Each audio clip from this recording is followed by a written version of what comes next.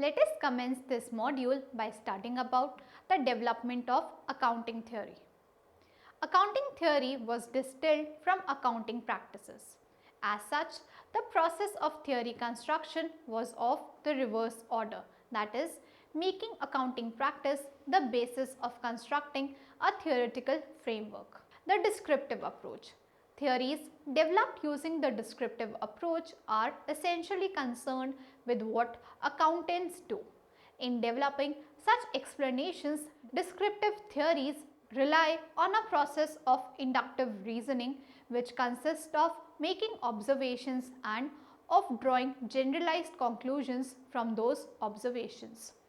In effect, the objective of making observations is to look for similarity of instances and to identify a sufficient number of such instances as will induce the required degree of assurance needed to develop a theory about all the instances which belong to the same class of phenomena.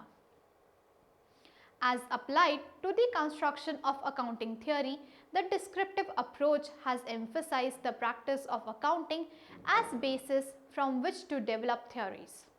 This approach has attempted to relate the practices of accountants to a generalized theory about accounting. In this view, accounting theory is to be discovered by observing the practices of accountants because accounting theory is primarily a concentrate distilled from experience. The descriptive approach results in descriptive positive theories of accounting which explain what accountants do and enable predictions to be made about behavior, for example, how a particular matter will be treated. Accounting theories deduced from accounting practice were descriptive in nature. Such theories, which are positive and predictive, merely establish relations between observations without commenting on the same.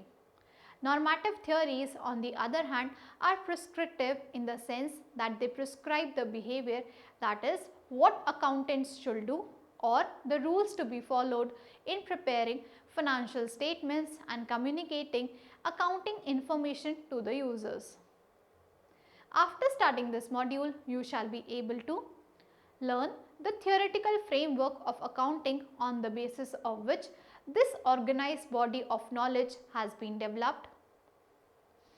Identify the problems faced by an accounting practitioner.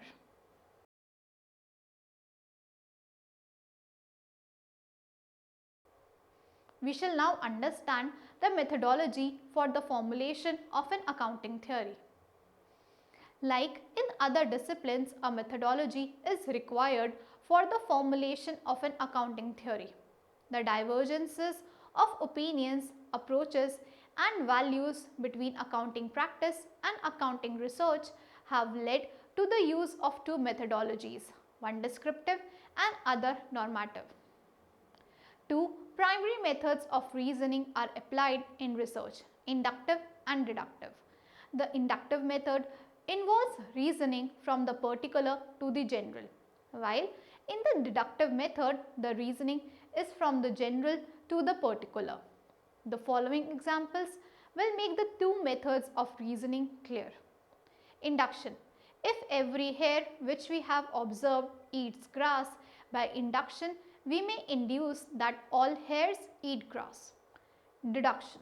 From the general proposition that all hares eat grass, we may by deduction infer that some hares eat grass. All formal theories that can be tested and verified include elements of both deductive and inductive reasoning.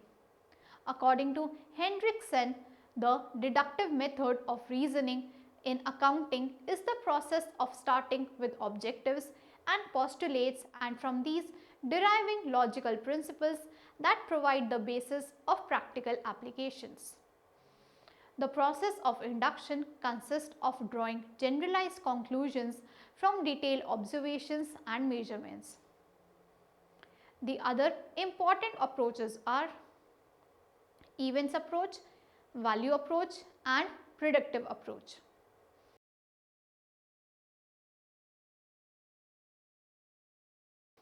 Moving on to deductive and inductive approach. The terms deductive and inductive indicate the type of research methodology or reasoning used in formulating an accounting theory. The deductive approach first establishes the objectives of accounting and then derives the principles and procedures consistent with these objectives. The deductive approach begins with basic accounting objectives or propositions and proceeds to derive by logical means accounting principles that serve as guides and bases for the development of accounting techniques. The deductive approach includes the following steps: determining the objectives of financial reporting, selecting the postulates of accounting, developing a set of definitions, formulating principles of accounting or generalized statements of policy, applying the principles of accounting to specific situations, and last, establishing procedures, methods and rules. In deductive approach, all subsequent steps follow the objectives formulated. An important limitation of the deductive approach is that if any of the postulates and propositions is false, the conclusions may also be wrong.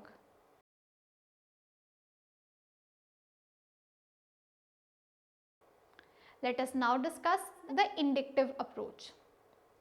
The inductive approach to accounting theory examines observations first and accounting practices and then derives principles and procedures from these observations. The approach emphasizes on drawing generalized conclusions and principles of accounting from detailed observations and measurements of financial information of business enterprises. The inductive approach includes the following steps. First, making observations and recording of all observations. Second, analysis and classification of these observations to determine recurring relationships, similarities and dissimilarities. Third, derivation and formulation of generalizations and principles of accounting from the recorded observations that reflect recurring relationships. Fourth, testing of generalizations and principles.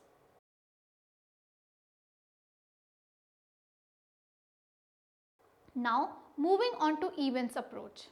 An event is an occurrence, phenomena or transaction that is assumed to be observable.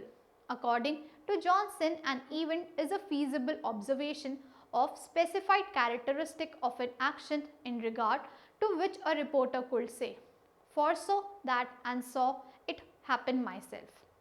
Thus, the characteristics of an event may be directly observed and are of economic significance to the user.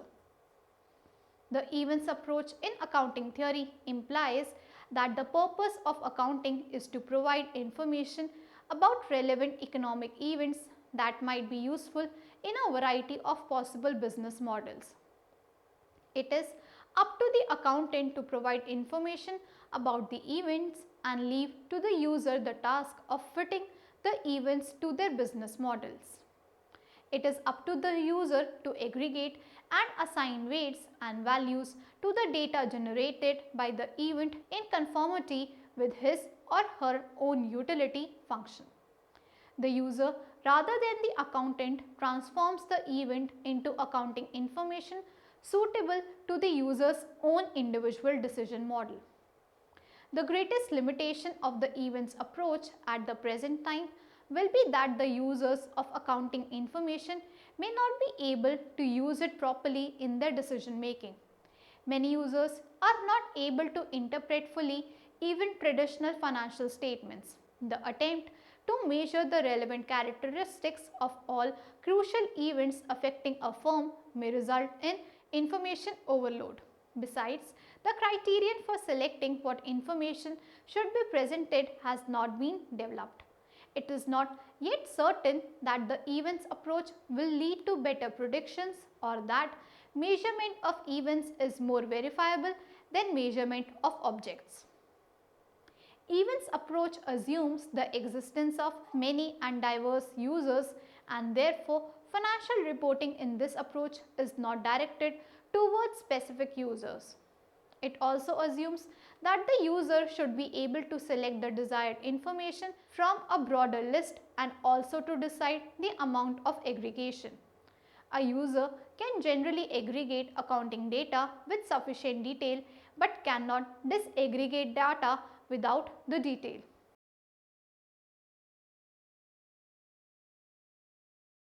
Now, let us understand the value approach.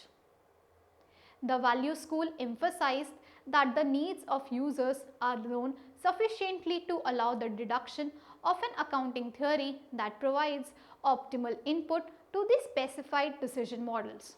However, it is accepted that input values cannot be optimal for all users and users. In the value approach, the balance sheet is regarded as an indicator of the financial position of a business enterprise at a given point in time.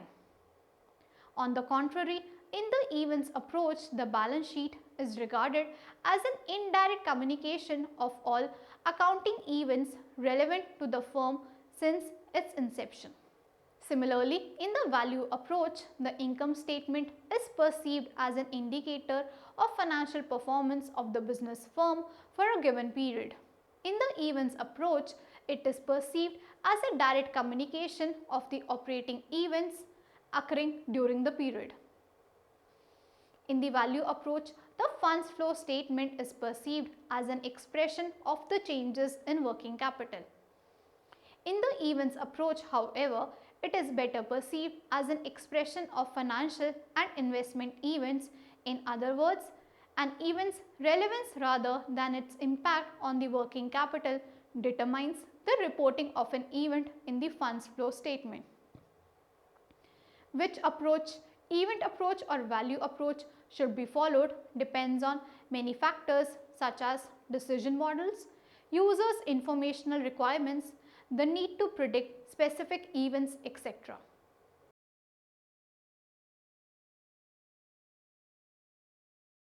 Let us now discuss the predictive approach.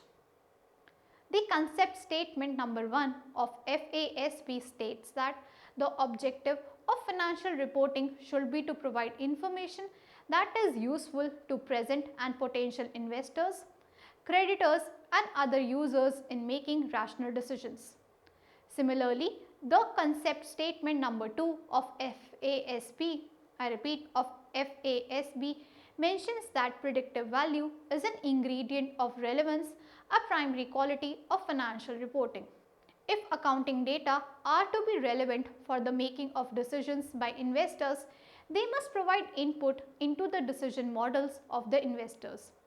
And since only expectations of future objects and events are relevant for these decision models, it follows that if accounting data are to be relevant, they must provide or permit predictions of future objects or events. This statement highlights the significance of predictive ability of accounting data in decision making. The predictive approach to the formulation of accounting theory uses the criterion of predictive ability. One of the purposes of collecting accounting data is to facilitate decision making. Predictive ability is a purposive criterion. The AAA Committee on Corporate Financial Reporting suggested 4 ways by which accounting data can be related to the inputs of decision models. First, direct prediction can be made by accountants or by managements in the form of forecast, which may be evaluated by independent accountants. However, managements have been very reluctant to making forecast for fear of their misuse by competitors and others. Second, indirect prediction is the common concept applied to the predictive ability of accounting data. Past data can be used to forecast future objects or events by extrapolation or projection of the past into the future, making necessary adjustments for changes in environment or external factors. Third, the use of lead indicators would emphasize the ability of accounting data to predict turning points. A search is made for data whose movements in the objects or events are being predicted.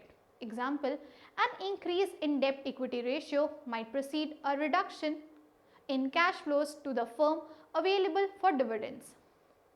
Fourth, corroborating information may also be used as predictive indicator. The specific accounting data along with other available information may make prediction possible. Many empirical accounting research studies have been made on the basis of the predictive approach. Some refer to the prediction of an economic event, while others are concerned with the ability of accounting data to explain and predict market reactions to disclosure.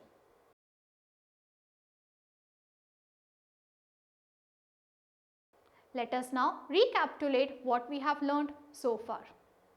Accounting theory was distilled from accounting practices. As such, the process of theory construction was of the reverse order, that is, making accounting practice the basis of constructing a theoretical framework. The descriptive approach. Theories developed using the descriptive approach are essentially concerned with what accountants do. In developing such explanations, descriptive theories rely on a process of inductive reasoning, which consists of making observations and of drawing generalized conclusions from those observations. Induction. If every hair which we have observed eats grass by induction, we may induce that all hairs eat grass. Deduction.